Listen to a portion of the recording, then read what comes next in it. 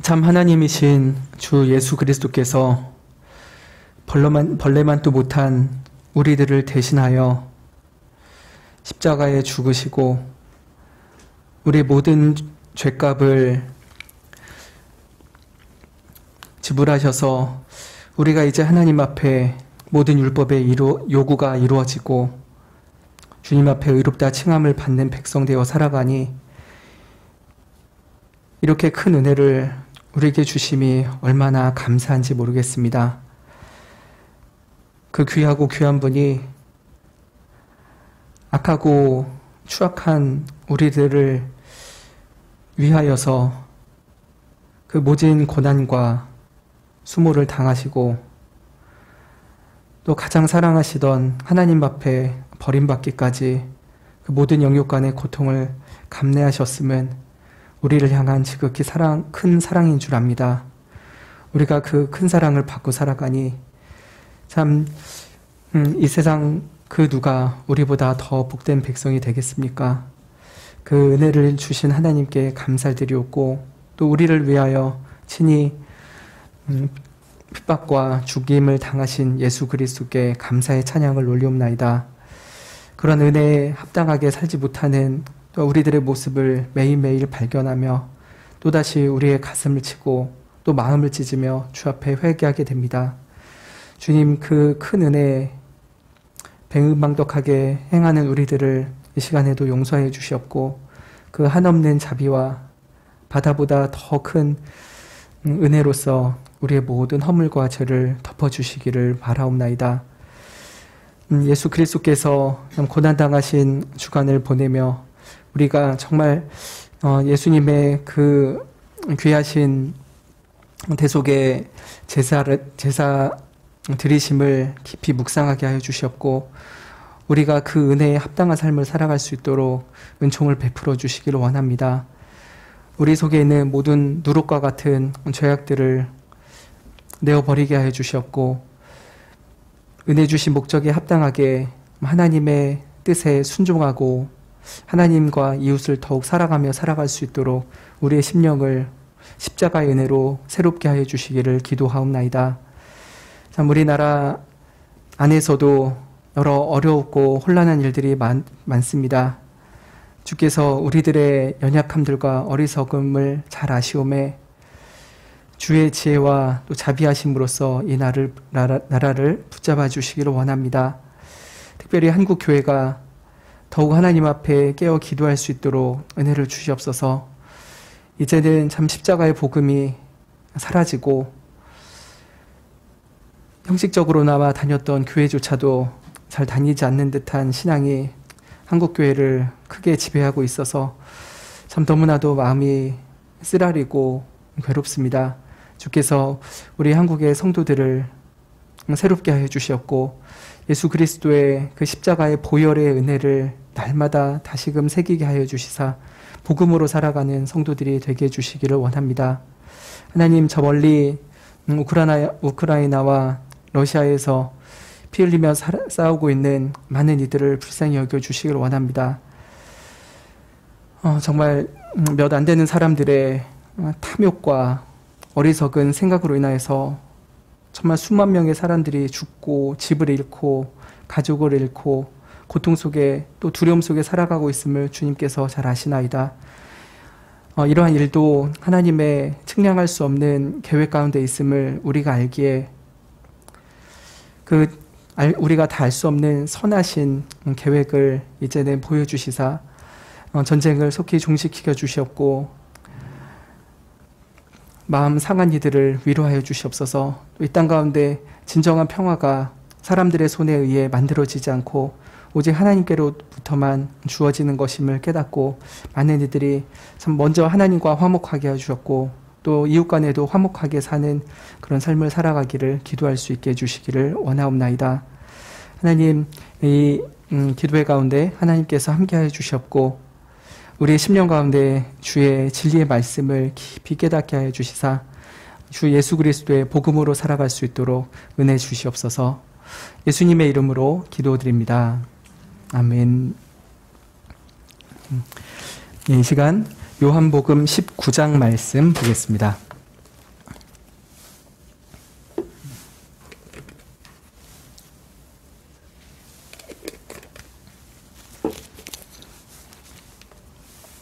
요한복음 19장 31절부터 37절 말씀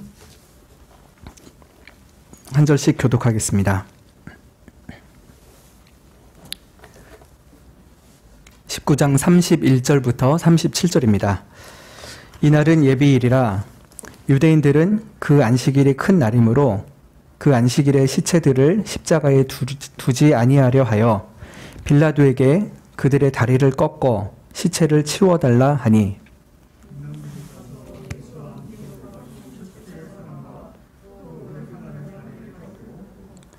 예수께 이르러는 이미 죽은 것을 보고 다리를 꺾지 아니하고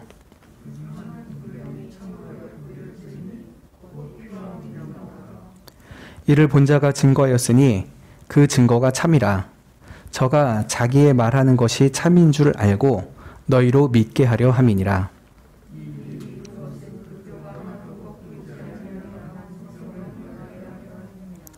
또 다른 성경에 저희가 그 찌른 자를 보리라 하였느니라. 아멘.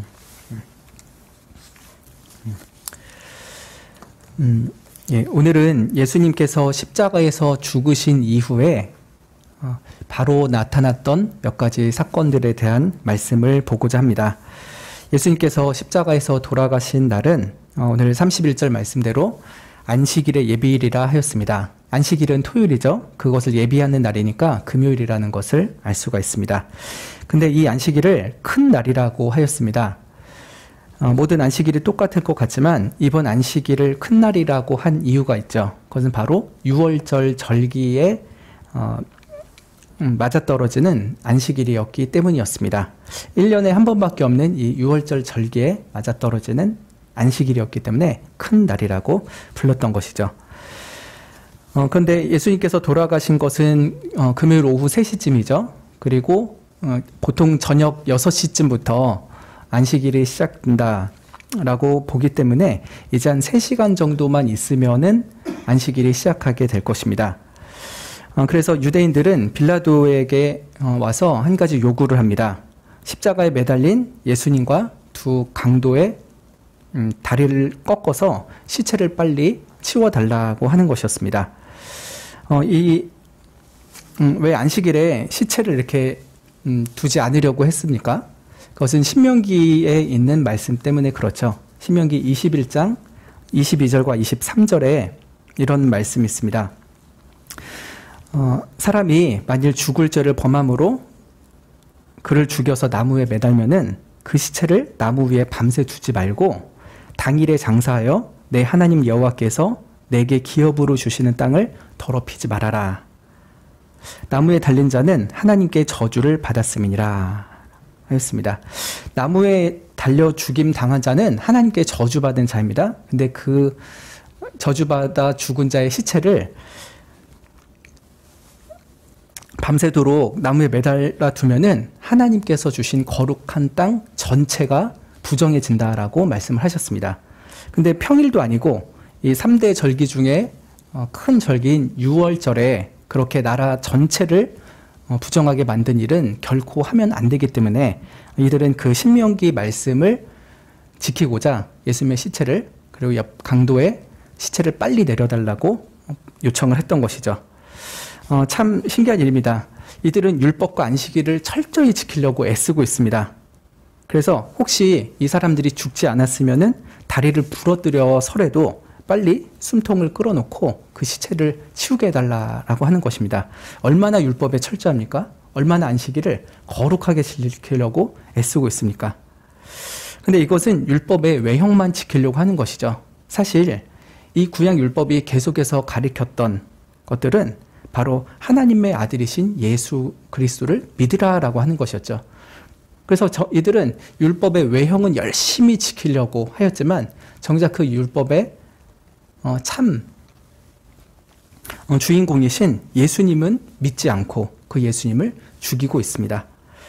지금 그러면서도 자기들은 율법에 굉장히 철저하다라고 굉장히 자부심을 가지면서 빌라도에게 요청을 하고 있었을 것입니다.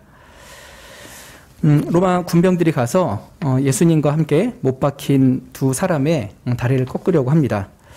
보통 십자가에서는 며칠 동안 매달렸기도 하고요. 길게는 일주일 동안 매달려서 고통을 당하다 죽기도 한다고 합니다. 그래서 그 보는 사람에게도 정말 내가 죄지면 안 되겠다라고 하는 두려움과 공포를 심어주기도 하지만 그 정작 죽임을 당하는 자신에게도 그 어떤 것보다도 수치스럽고 고통스러운 처형법이 이 십자가형이었습니다. 근데 예수님이 불과 6시간 만에 돌아가신 것은 이례적일 정도로 너무 빨리 죽은 것이었죠. 예수님의 옆 십자가 강도 둘은 모두 살아 있었고, 예수님은 먼저 죽은 상태였죠.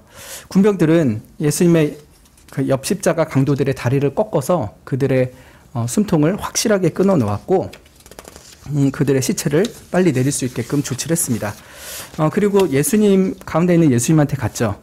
근데 예수님에게 가서 보니까 죽은 게 너무나도 확실했습니다. 이거는 다리를 부러뜨릴 이유가 특별히 없는 상황이었죠. 30절 말씀에 보면은 다 이루었다라고 하셨죠. 그리고 아버지여 내 영혼을 아버지의 손에 부탁하나이다 라고 말씀하시고 머리를 숙이시고 영혼이 돌아가셨습니다. 그래서 딱 보면은 진짜 죽었구나 라는 것을 분명히 알 수 있는 상황이었죠. 게다가 성소 휘장이 위에서부터 아래로 찢어졌죠. 땅이 진동을 했습니다. 그리고 바위가 터져나가기도 했습니다.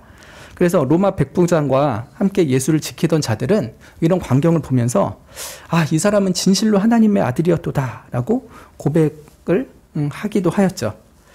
이런 장면을 대제사장들도 분명히 목격했을 것입니다.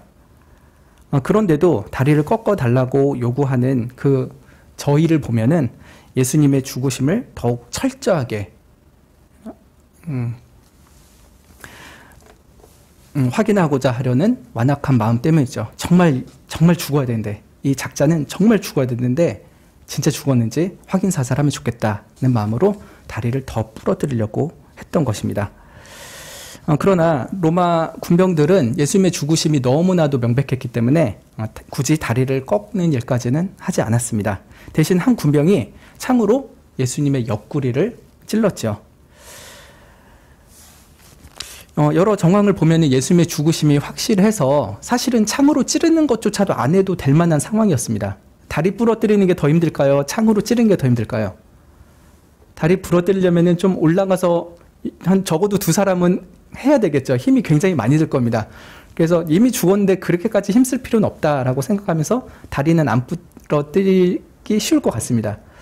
창을 찌르는 거는 훨씬 좀 쉽죠. 한 사람이 가서 뿍 찌르면 되니까. 그러니까 아마 예수님이 죽은 거는 확실해서 더 이상의 확인 사살 작업은 필요하지 않았겠지만 대제사장과 여러 유력한 유대인들의 심기를 너무 거스르지 않기 위해서 대강 타협점으로 손쉬운 창찌르기를 하지 않았을까 그런 생각이 듭니다.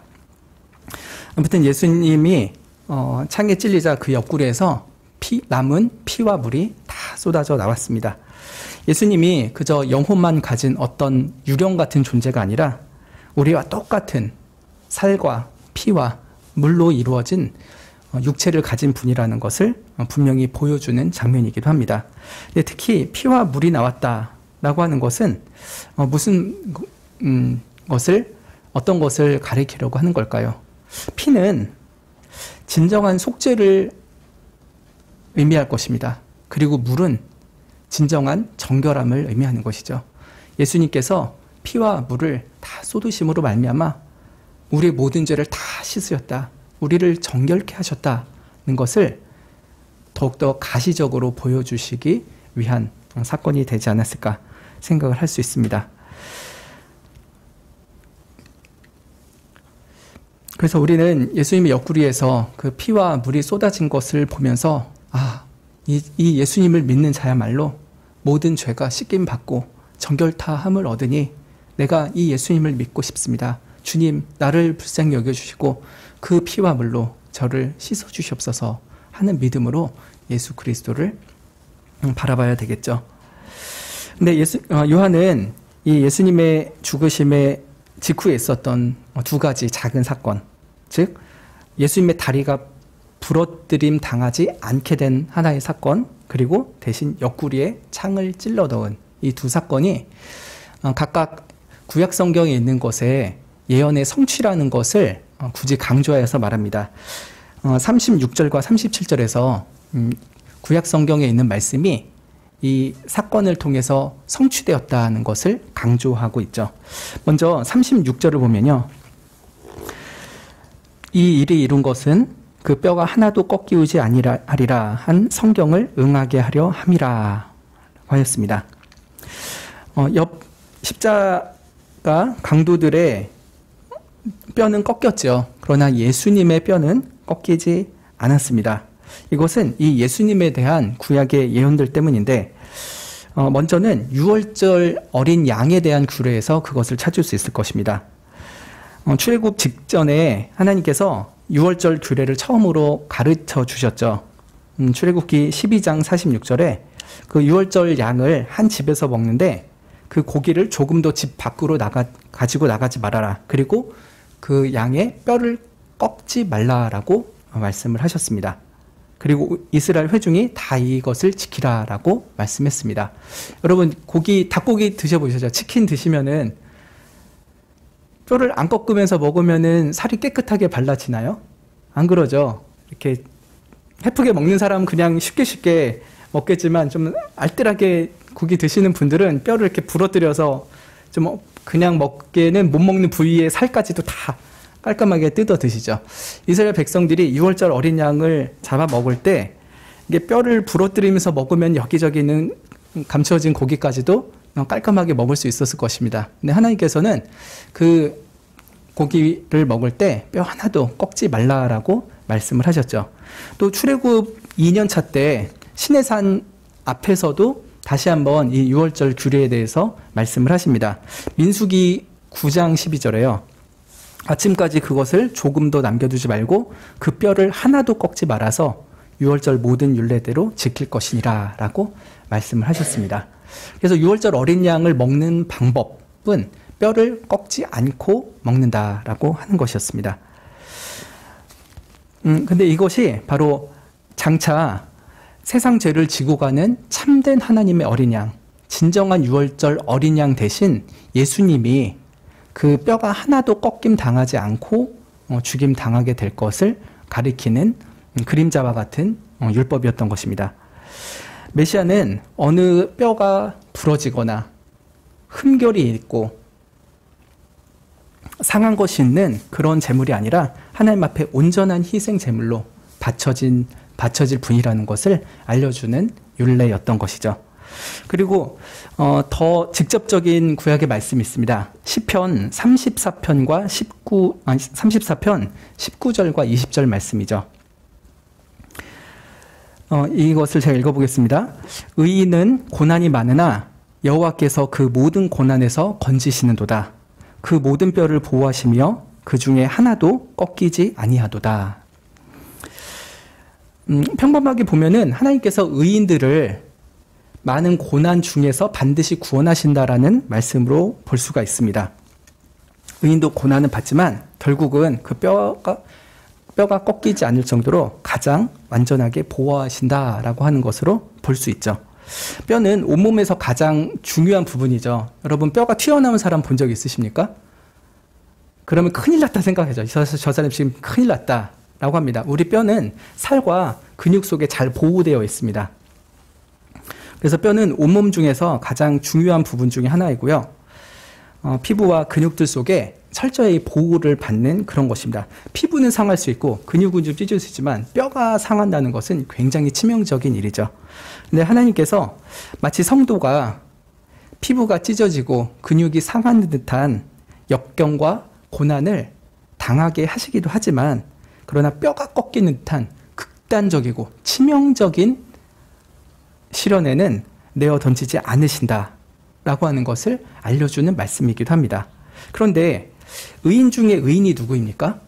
바로 예수 그리스도이시죠. 예수 그리스도께서도 살이 찢기고 근육이 다 찢겨나가는 그런 고난을 받으셨지만 그 뼈는 하나도 꺾이지 않게끔 하나님께서 예수님의 생명을 온전히 보호하신다는 것을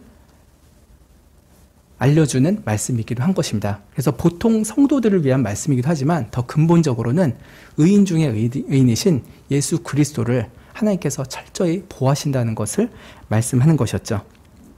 그래서 예수님이 그 고난과 죽음을 당하셨음에도 불구하고 궁극적으로는 예수 그리스도를 철저히 보호하시고 다시 생명으로 부활시키실 것이라는 것을 알려주는 말씀이 이 시편 말씀이기도 한 것입니다.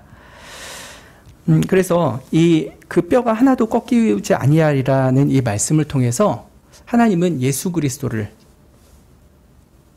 죽음에서 보호하신다는 것을 알려주시고요. 그것이 우리에게 확장되어서 그 예수 그리스도를 믿는 우리들 또한 많은 죄와 사단의 해함을 받을지라도 또 생활 속에 여러 어려움과 환난 가운데 고통받는 나날이 길어질지라도 궁극적으로 그 영혼을 반드시 구원하시고 보호하신다는 것을 우리에게 알려주시는 것입니다.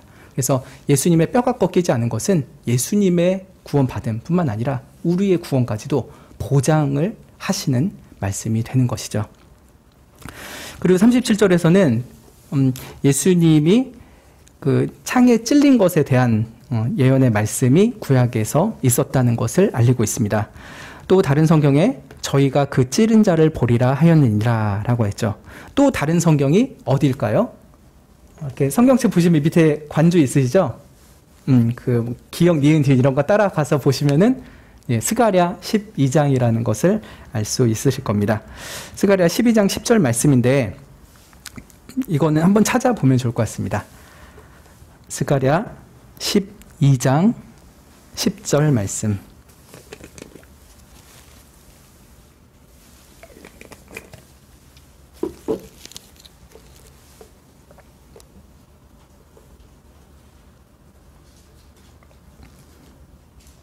(12장 10절)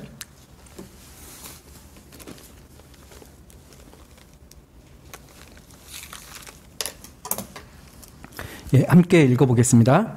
내가 다윗의 집과 예루살렘 거민에게 은총과 간구하는 심령을 부어주리니 그들이 그 찌른 바 그를 바라보고 그를 위하여 애통하기를 독자를 위하여 애통하듯 하며 그를 위하여 통곡하기를 장자를 위하여 통곡하듯 하리로다. 스가랴는 남유다마저 멸망당해서 바벨론에 포로되었을 때 태어난 후기 시대의 선지자입니다. 나라가 망했을 때 태어난 선지자이죠.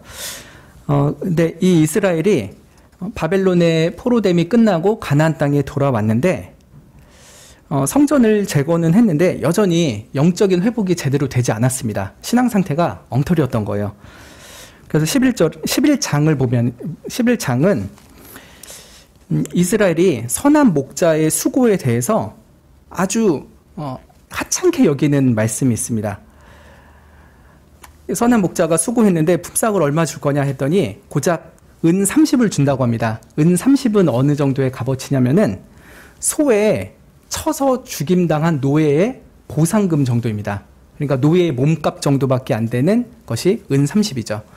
이스라엘을 위해서 참 선한 목자가 수고하고 애썼는데 이스라엘 백성은 그 선한 목자의 수고에 대한 보상으로서 그저 노예의 몸값 정도밖에 주지 않는 것이었습니다. 그래서 분노하신 하나님은 스가랴에게 그 은 30을 토기장이의 밭에 갖다 버리라고 합니다. 그리고 하나님은 그들을 망하게 할 악한 목자를 하나 보내셔서 그들이 고통받게 하시리라는 것이 스가랴 11장의 말씀입니다. 근데 이 12장으로 넘어와서는요, 하나님께서 그러한 유다와 예루살렘을 궁일이 여기사 다시 회복시켜 주시겠다는 약속을 주십니다. 근데 그 약속의 일부가 바로 스가랴 12장 10절의 말씀이죠. 내가 다윗의 집과 예루살렘 거민에게 은총과 간구하는 심령을 부어줄 것이다. 그들이 그 찌른 바 그를 바라볼 것이다. 라고 한 것이죠.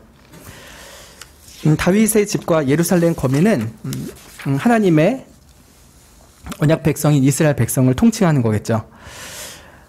선한 목자 대신 하나님의 사랑과 수고를 업신여기고 강팍하고 완악한 심령으로 하나님에게서 멀리 떠난 이 못된 양 같은 자들, 그들에게 하나님은 은총하는 심령 그리고 간구하는 심령을 주시겠다라고 합니다. 이 은총 하나, 간구하는 심령 하나 이렇게가 아니라요. 은총의 심령, 간구하는 심령 이렇게 읽으시는 것이 합당합니다. 은총의 심령은 무엇입니까? 하나님께 은혜 받은 마음을 주겠다라고 하는 것입니다. 또 간구하는 심령은 하나님께 뭔가를 정말 구하는 겸손한 마음을 주겠다라고 하는 것이죠. 그런데 특별히 무엇을 간구하느냐라고 했을 때 죄의 용서와 구원하시는 은혜를 애통하는 마음으로 간구하는 것입니다. 저희의 죄를 용서해 주십시오. 우리 허물이 너무 크오니 우리를 용서하시고 구원해 주십시오라고 하면서 애통하는 심령으로 기도하는 그런 마음이 바로 이 간구하는 심령이라는 것의 뜻이죠. 그런데 여러분, 은혜의 심령과 간구하는 심령이 연결되어 있는 것에 주목해 주시면 좋겠습니다. 왜냐하면요, 이스라엘 백성이 은혜 받은 증거가 무엇이냐? 바로 하나님 앞에 죄 용서를 구하는 마음이죠. 우리의 마음이 강팍할 때는요, 회개하지 않습니다. 그런데 정말 은혜 받을 때는요, 회개 마음이 일어납니다. 내가 요새 도대체 무슨 마음으로 살고 있는 거지? 왜 이렇게 하나님 앞에 멀리 떠나 있는 거지? 선한 목자이신 하나님의 은혜는 업신여기고 왜 자꾸 세상 것을 더 의지하고 세상 것을 더 두려워하고 있는가? 내가 요새 무슨 신앙생활을 하고 있는지 모르겠다 하면서 자기의 마음을 낮추고 하나님 앞에 회개하고 은혜를 구한다면요, 그런 낮아진 심령 자체가 바로 은혜 받은 심령이라는 것입니다. 그래서 하나님께서 선한 목자 되신 하나님을 떠난 그 이스라엘 백성들에게 은혜의 심령을 주시되 죄의 용서함을 간구하는 마음을 주겠다, 회개하는 마음을 주겠다라고 말씀을 하는 것이죠. 그 결과 그들이 찌른 그 사람을 바라볼 것이라 라고 합니다. 그들이 찌른 그를 바라보리라. 근데 이스라엘 백성들이 누구를 찌른 겁니까? 우리 한글 번역에는요, 그를 바라보리라 라고 되어 있죠. 여러분 성경 그를 바라보리라 라고 되어 있는데요, 이게 원어에서는 나를 바라보리라 입니다. 그러면요, 이스라엘 백성들이 하나님을 찔렀고, 근데 하나님께서 그들에게 은혜를 주셔서 그들이 다시 하나님을 바라보게 된다라고 하는 말씀이죠. 너희들이 나를 바라보게 하겠다. 너희들이 회개하는 마음으로 죄를 뉘우치고 그렇게 경멸하고 멸시했던 나에게 돌아와서 나를 바라보게 하겠다라고 하는 말씀인 것입니다. 하나님을 이스라엘 백성들은 죄와 배은망덕으로 영적으로 찔렀습니다. 그런데 이 말씀이 오늘 저희 설교 본문인 요한복음 19장에서는 예수님에게 응했다라고 가르치고 있죠. 근본 참 하나님이신 예수님이 우리와 같은 육체로 오셨습니다. 그리고 실제로 옆구리에 창이 찔리셨죠. 그래서 그 예수 그리스도, 참 하나님이시나 인간이 되신 그 예수 그리스도를 찌른 자들이 그 예수님을 바라보게 될 것이다 라고 하는 말씀이 이 요한복음 19장에서 응하게 된 것입니다. 예수님을 찔렀을 때 그 로마 군사들도 예수님을 찌르면서 봤겠죠. 그리고 주변에 있었던 사람들도 그 찔림 당하는 예수님을 바라봅니다. 어떤 이들은 자신의 죄를 깨닫는 마음 1도 없이 그저 예수님은 자기 죄 때문에 죽임 당한 거야, 참남한 죄인이니 저렇게 죽어도 싸지 라고 하면서 예수님을 경멸의 눈으로 여전히 보는 이들도 있었을 것입니다. 그러나 요한복음 19장 37절이 스가랴 12장에 연결되어서 해석할 때는 어떤 사람들은 창에 찔리는 예수님을 바라볼 때 자신의 죄를 깨달으면서 뉘우치는 마음으로 예수님을 보는 이도 있었을 것입니다. 누가복음 23장 47절, 48절에 백부장이 그 된 일을 보고서 하나님께 영광을 돌려 가로되 이 사람은 정녕 의인이었도다 라고 합니다. 그 된 일이 무엇이냐면 예수님이 영혼을 아버지께 부탁하고 운명한 것이었습니다. 아버지여, 내 영혼을 아버지께 부탁합니다 라고 하면서 죽임 당하는 그 예수님을 보면서 어떤 백부장들은 저 사람은 정말 하나님의 아들이었구나, 뒤늦게야 깨닫고 자신이 예수님을 죽이는 일에 동조했음을 회개하면서 돌아갔을 것입니다. 또 48절에는 이를 구경하려 모인 무리도 그 된 일을 보고 다 가슴을 두드리며 돌아갔다라고 했습니다. 예수님의 그 십자가 현장에 왔던 모든 사람 100%가 다 회개한 건 아니겠지만요, 그 중에 어떤 사람들은 자신의 집으로 돌아가면서 가슴을 칠 수밖에 없었던 거예요. 마음을 찢을 수밖에 없었던 거죠. 정말 저 사람은 하나님의 아들이었던가? 나는 그것을 모르고 십자가에 못 박으소서, 십자가에 못 박으소서 소리를 외쳤던가? 나는 얼마나 어리석었던가? 하나님의 아들이신 예수님을 몰라보고 그를 죽이려 했다니 하면서 자신의 죄를 뉘우치면서 돌아간 일도 꽤 있었을 것입니다. 그런데 그래서 이 스가랴 12장 10절의 말씀이 예수님의 십자가의 현장에서 예수님의 창에 찔림을 당하는 순간에 성취되었다는 것을 이 사도 요한이 분명히 알리고 있습니다. 그런데 사도행전 2장에 가면요, 이 스가랴 12장 10절의 말씀이 더 온전하게 성취된 것을 우리는 발견하게 됩니다. 사도행전 2장 36절부터 보면 좋겠습니다. 사도행전 2장 36절부터 37절 2절 보겠습니다.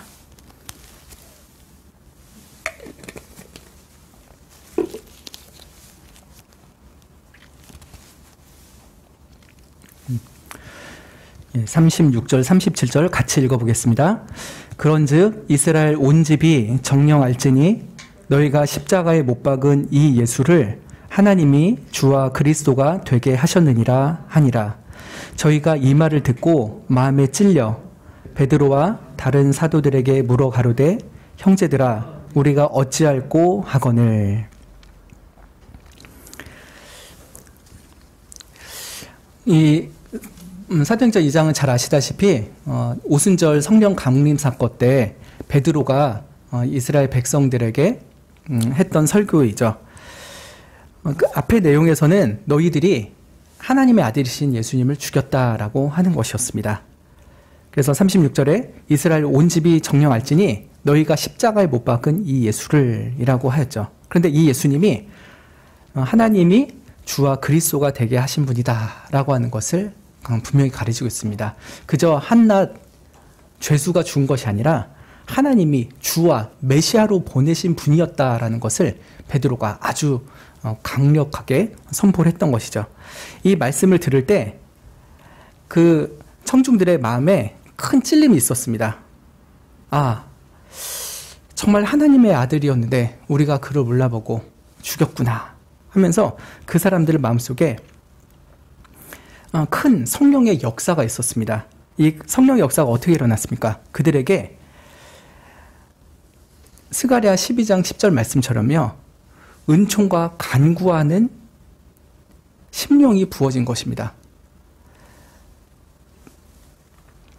베드로 앞에서 설교를 들었던 그들에게도 성령이 임하였고 그들에게 은혜가 부어지고 회개에 간구하는 마음이 부어지게 된 것이었습니다. 그래서 그 사람들이 뭐라고 합니까? 베드로와 사도들에게 말하죠. 형제들아 우리가 어찌할꼬?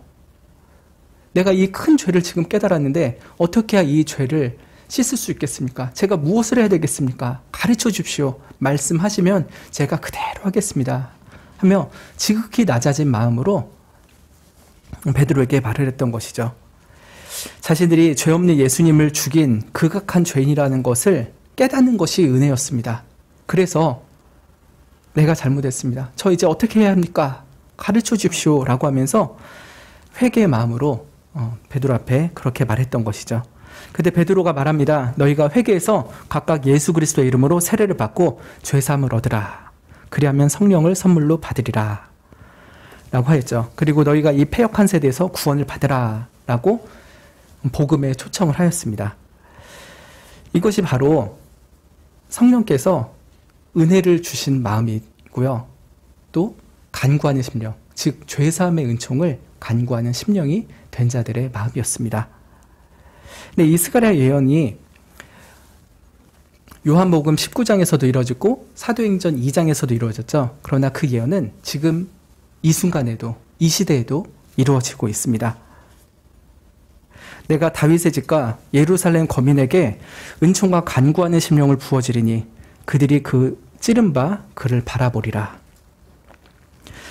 영적인 무지와 교만으로 참된 선한 목자 되신 예수님을 거절하고 거부하고 살았던 우리들 역시 하나님께서 성령의 은혜를 부어주시면 우리의 죄를 깨닫게 하고 또 우리의 죄를 용서해달라고 간구하는 심령을 갖게 되는 것입니다.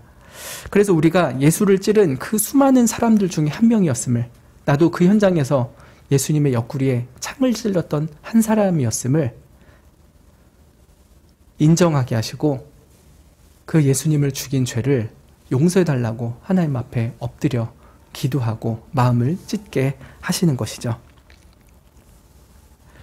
이사야 53장에 있는 말씀처럼 그가 찔림은 우리의 허물 때문입니다.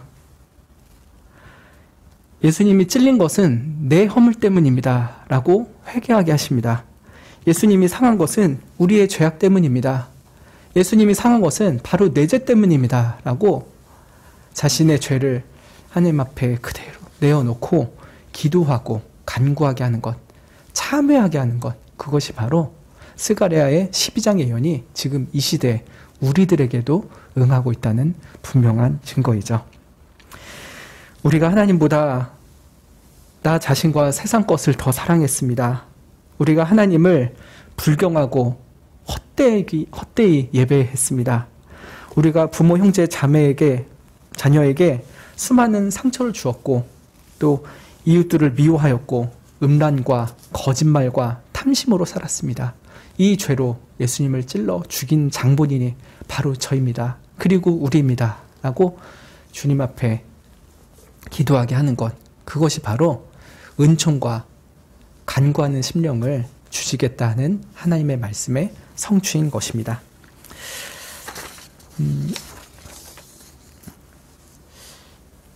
아직 이 스가랴 12장 10절의 예언은 완전히 다 이루어지지 않았습니다. 아직 우리 주변에도 자신이 찔른 예수님을 바라보지 못한 이들도 있고요. 우리 다음 세대에 태어날 이들도 예수님을 바라보지 못하고 있기도 하죠.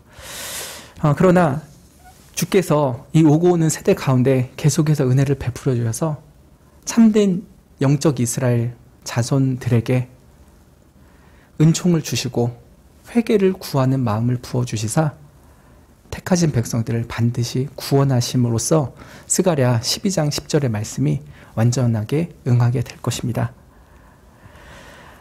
그래서 계시록 1장 7절에 볼지어다 구름 타고 오시리라 각인의 눈이 그를 보겠고 그를 찌른 자도 볼 터이요 땅에 있는 모든 족속이 그를 인하여 애곡하리니 그러하리라.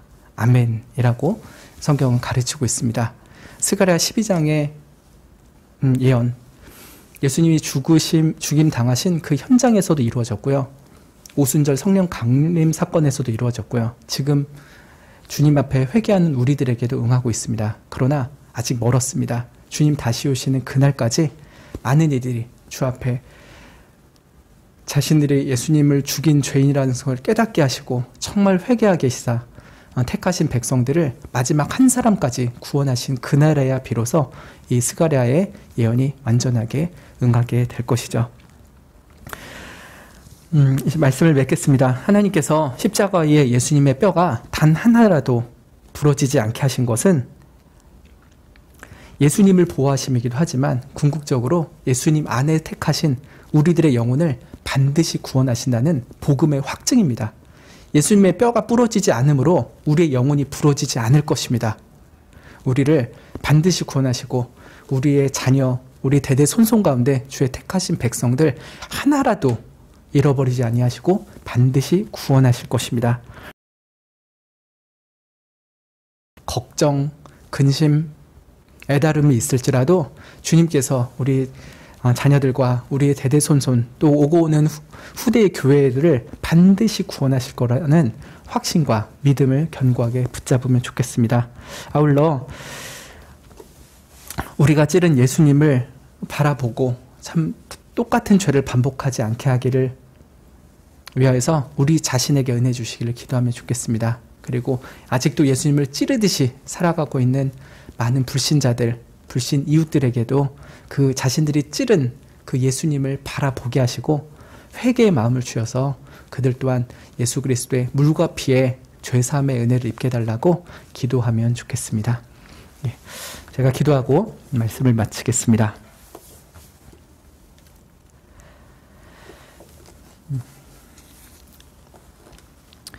예수님의 뼈가 하나도 상하지 않은 것처럼 예수님 안에 택함 받은 모든 백성들을 궁극적으로 보호하여 주시었고 구원하여 주시기를 간구합나이다. 또한 예수님의 창에서 피와 물이 다 쏟아졌으니 그 속죄함과 정결케 하시는 은혜를 정말로 필요로 하는 죄인임을 우리가 깨닫게 하시사 예수님을 바라보게 하시고 죄 용서의 은총을 구하는 겸손한 마음을 주시기를 원합니다.